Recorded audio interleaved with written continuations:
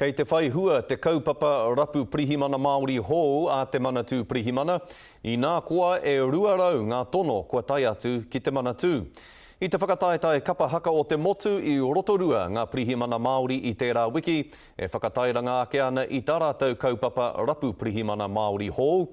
I reira te neke atu I te 20 mano tāngata, me te aha, ko tā ngā pirihimana Māori I reira, he whakakaurera ake I ngā painga o te mahi pirihimana.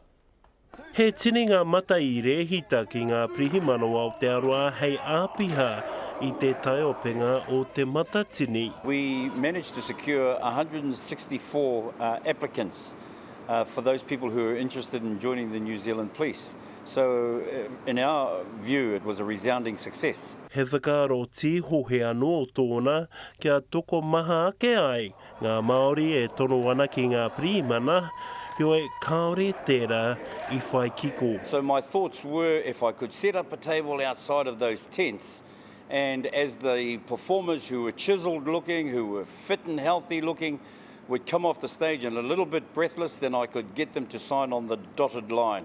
Nā te nui anō o ngā tono I tino nui āroto. The āhua was right, the wairua was right, and I think to see so many Māori police officers was an attraction in itself to our people. Hei tā haumaha anō I reira hoki I te pirihimana no Ahitereiria e kimi Māori ana hei āpiha.